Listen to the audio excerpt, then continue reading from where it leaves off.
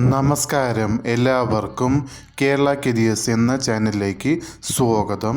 നമ്മൾ ഇന്ന് ഈ വീഡിയോയിലൂടെ നോക്കാനായി പോകുന്നത് Kerala state cooperative service examination board gazetted date 25/3/2025 publish ചെയ്ത നോട്ടിഫിക്കേഷനിലെ വിളിച്ചിരിക്കുന്ന തസ്തിക എന്ന് പറയുന്നത് ഡാറ്റ എൻട്രി ഓപ്പറേറ്റർ 4 വിളിച്ചിരിക്കുന്നത് കോപ്പറേറ്റീവ് സർവീസ് സൊസൈറ്റീസ് അല്ലെങ്കിൽ ബാങ്ക് ഇൻ കേരളത്തിലുള്ള കോപ്പറേറ്റീവ് സർവീസ് സൊസൈറ്റീസ് അല്ലെങ്കിൽ ബാങ്കിലേക്കാണ് നോട്ടിഫിക്കേഷൻ വിളിച്ചിരിക്കുന്നത്.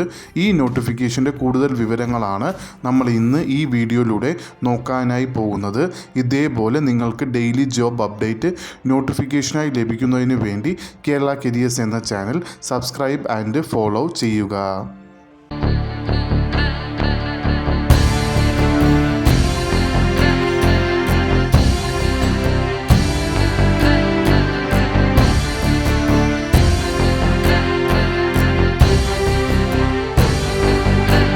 നമ്മൾ ഇന്ന് ഈ വീഡിയോയിലൂടെ നോക്കാനായി പോകുന്നത് കാറ്റഗറി നമ്പർ എന്ന് പറയുന്നത് 10/2025 വിളിച്ചിരിക്കുന്ന ഡിപ്പാർട്ട്മെൻറ്റ് എന്ന് പറയുന്നത് കോപ്പറേറ്റീവ് സർവീസ് സൊസൈറ്റീസ് അല്ലെങ്കിൽ ബാങ്ക് ഇൻ കേരള.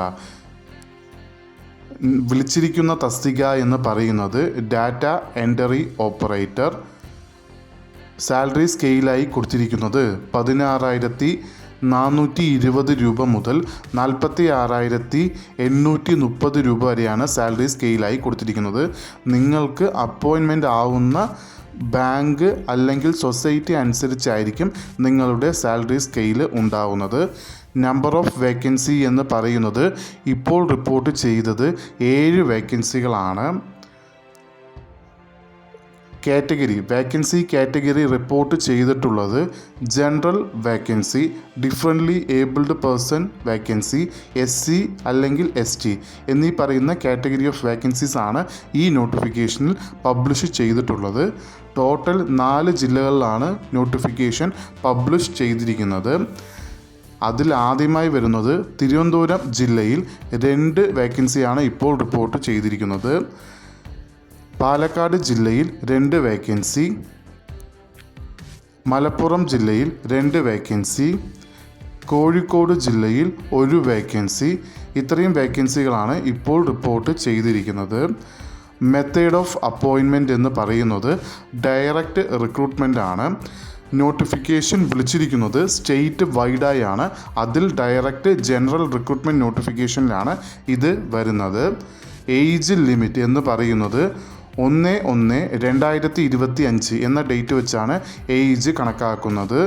ഏത് കാൻഡിഡേറ്റ്സിനാണോ 18 വയസ്സ് പൂർത്തിയായി 40 വയസ്സിന് ഉള്ളിൽ വരുന്നത് അവർക്കെല്ലാവർക്കും ഈ ആപ്ലിക്കേഷൻ അയക്കാവുന്നതാണ്. അതോടൊപ്പം ഇതിൽ പറയുന്ന ഏജ് അല്ലാതെ റിസർവ്ഡ് കാറ്റഗറിയിൽ വരുന്ന കാൻഡിഡേറ്റ്സിന് ഏജ് റിലാക്സേഷനും ഉണ്ടാവുന്നതായിരിക്കും. ക്വാളിഫിക്കേഷൻ എന്ന് പറയുന്നത് ഇവിടെ 3 ക്വാളിഫിക്കേഷൻസ് ആണ് കൊടുത്തിരിക്കുന്നത്. അതിൽ ഈ 3 ക്വാളിഫിക്കേഷനും ഉള്ളവർക്ക് ഈ ആപ്ലിക്കേഷൻ അയക്കാവുന്നതാണ്. അതിൽ ആദ്യമായി വരുന്നത് ഗ്രാജുവേഷൻ പാസ്സായിരിക്കേണ്ടതാണ്. അതും ഏതെങ്കിലും ഒരു റെക്കഗ്നൈസ്ഡ് യൂണിവേഴ്സിറ്റിയിൽ നിന്നും.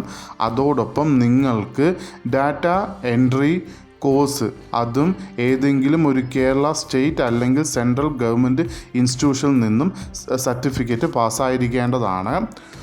മൂന്നാമത് ക്വാളിഫിക്കേഷനായി കൊടുത്തിരിക്കുന്നത് നിങ്ങൾക്ക് 1 വർഷത്തിന് കുറയാതെ എക്സ്പീരിയൻസ് ഉണ്ടായിരിക്കേണ്ടതാണ്. അതും ഡാറ്റ എൻട്രി ഓപ്പറേറ്റർ പോസ്റ്റിൽ ജോലി ചെയ്തിട്ടുള്ള ഏതെങ്കിലും ഒരു റെക്കഗ്നൈസ്ഡ് ഇൻസ്റ്റിറ്റ്യൂഷനിൽ നിന്നും 1 വർഷം കുറയാത്ത എക്സ്പീരിയൻസും കൂടി നിങ്ങൾക്ക് ഉണ്ടായിരിക്കേണ്ടതാണ്. ഈ 3 ക്വാളിഫിക്കേഷനും ഉള്ളവർക്ക് ഈ ആപ്ലിക്കേഷൻ അയക്കാവുന്നതാണ്. ആപ്ലിക്കേഷൻ അയക്കേണ്ടത് ഓൺലൈൻ വഴിയാണ്. ആപ്ലിക്കേഷൻ അയക്കേണ്ട ലാസ്റ്റ് ഡേറ്റ് എന്ന് പറയുന്നത് 30/4/2025. ഈ നോട്ടിഫിക്കേഷൻ്റെ കൂടുതൽ വിവരങ്ങൾ അറിയുന്നതിനായി നിങ്ങൾ സന്ദർശിക്കേണ്ട വെബ്സൈറ്റ് എന്ന് പറയുന്നത് www.cseb.kerala.gov.in എന്ന വെബ്സൈറ്റ് സന്ദർശിക്കാവുന്നതാണ്. ഇതുവരെയും കേരള കിഡീസ് എന്ന ചാനൽ കണ്ട എല്ലാവർക്കും നന്ദി, നമസ്കാരം. ഇതേപോലെ നിങ്ങൾക്ക് ഡെയിലി ജോബ് അപ്ഡേറ്റ് നോട്ടിഫിക്കേഷനായി ലഭിക്കുന്നതിന് വേണ്ടി കേരള കിഡീസ് എന്ന ചാനൽ സബ്സ്ക്രൈബ് ആൻഡ് ഫോളോ ചെയ്യുക.